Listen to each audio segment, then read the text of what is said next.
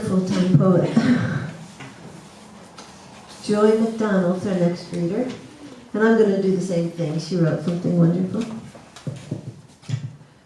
She wrote, "The beach house I lived in for many years sits on the edge of an estuary.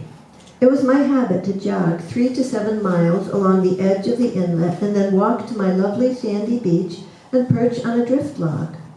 One season, while fighting loss for things I never really owned, I looked across the lapping water to a familiar headland. In a flash, that hill was gone. Then the headland returned with its jagged conifer silhouette. Impermanence was a lesson I needed to learn." Welcome, Joy.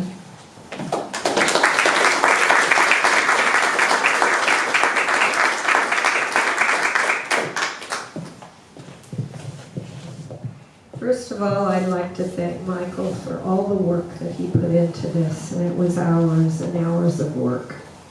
And dealing with all of us and what we thought was our best work, and what he had to diplomatically ignore, maybe.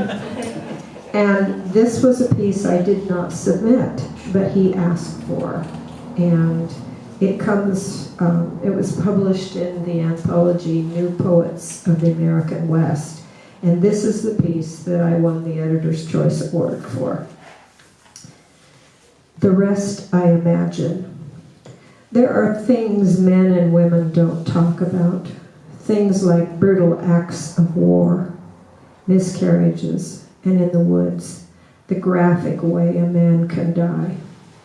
After the accident with a helicopter, my husband is stoic. He was the first man on the scene, the first with a stretcher, the first to see what a helicopter's tail rotor can do to the head of a forester from Wisconsin, a forester just out of college, a young man who for a split second forgot about the flying blades, saw only his bags of fertilizer. The tail rotor suffered damage. The helicopter could not fly. Another helicopter did the evacuation. My husband claims it's the best thing when the kid dies in ICU 6 hours later.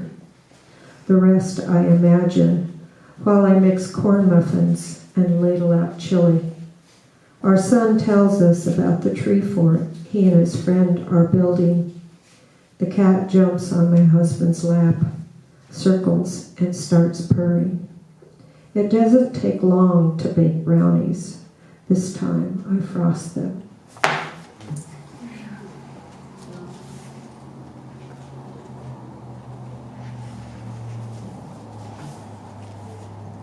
This is called Adjustments in the Viewing Chamber. She added a floss stick to his shirt pocket, slipped in beside a yellow stub pencil where they both belonged. She checked his beard, the carpenter suspenders, those brown work boots for anything that could ease her loss. 9 illicit years with this dead man who was not her husband. She asked a friend if a man could arrange to die of a heart attack just to release her from her ongoing sin. Women in mourning think such things.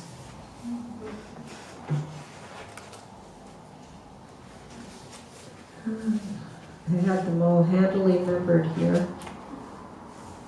This is a kind of a topical piece, although I wrote it several years ago for the Oregon State Poetry Contest and it won an award.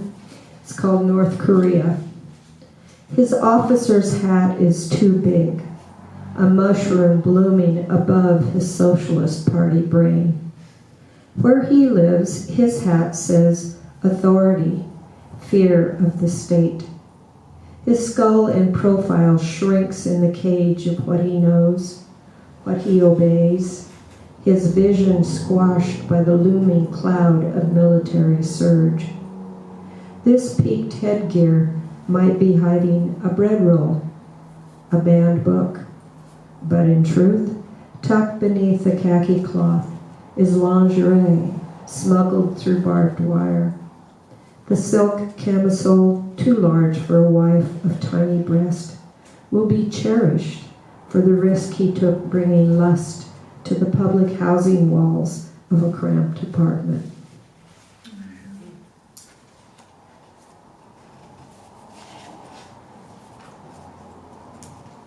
This is an imagined piece in honor of Charleston, Oregon, down close to where I used to live. If you've ever been to Charleston, it's a real character-driven place. This is called a rough bar. Ernest Hemingway might have attempted to cross a dangerous bar into the snarling ocean. He was wired that way, for fish and thrills. The stories he could tell back at Red's Tavern in Charleston. He and Red would have hunched over the bar with booze, spilling tales of women and raucous war. Sometimes not even a bartender knows the difference between the two. That's what Red would tell Ernest. And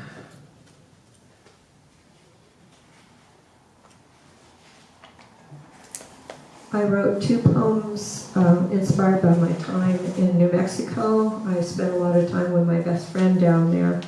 And the first one also won some awards in a national contest, and it's called Potsherd. This potsherd sings of silver bells jingling in the wind. This broken vessel spills stories coiled in smooth clay. Days of mud and water swirl among people sowing seed corn. Snake, bison, and thunder laugh loud at the lip of this pot. Smoke, dung, and slow fire linger on the broken edge of this pot. Within this fracture, the jagged song of a black crow teases and tumbles. This potsherd knows each name, the precise number of stars and owls. And as a second piece of Native American, the original Oregon inhabitants, many of whom were driven north in the Trail of Tears and other trails of tears that happened all over the United States. But we have Chief Joseph's to remember, and I had kind of a mystical experience one day, and I woke up with this entire persona poem in my head. I don't know where it came from, I don't know how it happened. It's called Red Bliss. She prods night coals into color as a scarlet-mouthed dawn opens.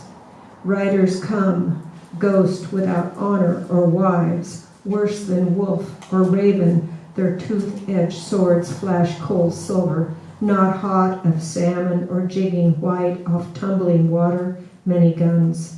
She takes a wide taste of her place, her fire, her man. Nothing escapes her hungry eye. She must pack and tie down enough for her last journey.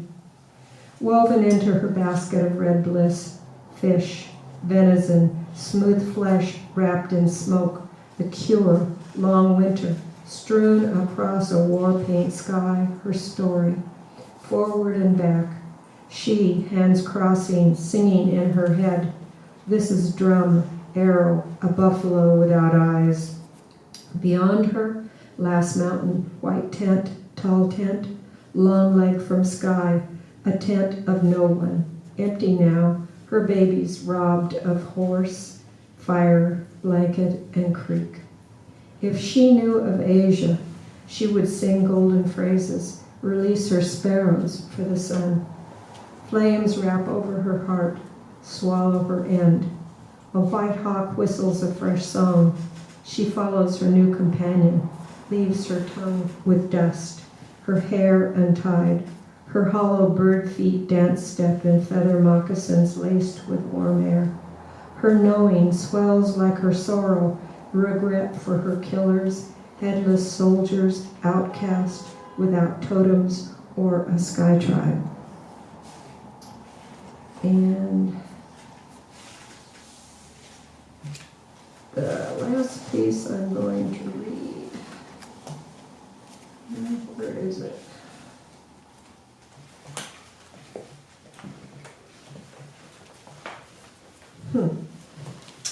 I guess you'll watch me look for it. Here it is. This is a persona piece too. And It's kind of a lighter one to leave you with for the holidays. It's from the persona of a piece of lettuce. And the poem is called Inside a Sandwich. I'm a decent green, butter or Boston lettuce is my name. She finds me on her market days when she wonders if the produce manager is single. She's a bit precious about what she invites inside her sandwich. How else would a half-grown cucumber get himself sliced with salt and pepper? This gluten envelope of nuts and grains seems overdone, but she's in charge. Less fat, she claims, in the mozzarella. Me, I'd enjoy cozying up to a slab of sweet Irish cheddar. Olive oil mayo will have to do. She's taken to reading labels. You'd think she could kick in one of the jalapeno brothers.